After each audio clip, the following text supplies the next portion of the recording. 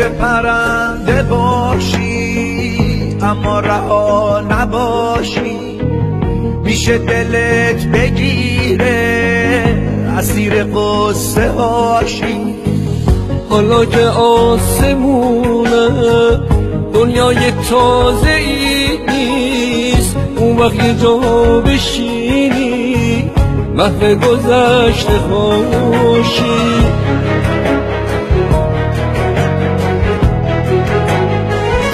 ترسیده باشی از کوچ اوجو ندیده باشی، واسه یه مشت دونه اهلی آدماشی. تو سایه ها بمونی درگیر سایه هاشی، مفهوم زندگی رو از یاد برده باشی. دلت بخواد دوباره از ته دل بخونی، از ترس ریزش عشق غمگین و بی صداشی. میشه پرنده باشی اما رها نباشی، میشه دلت بگیره اسیر قصه هاشی.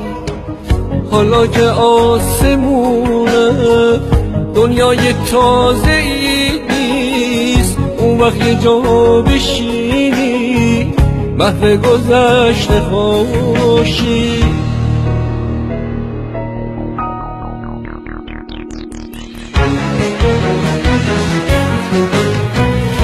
ترسیده باشی از کوچ اوجو ندیده باشی، واسه یه مشت دونه اهلی آدماشی.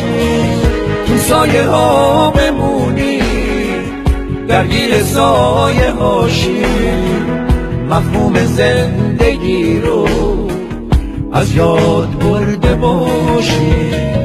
دلت بخواد دوباره از ته دل بخونی، از ترس ریزش عشق غمگین و بی صداشی.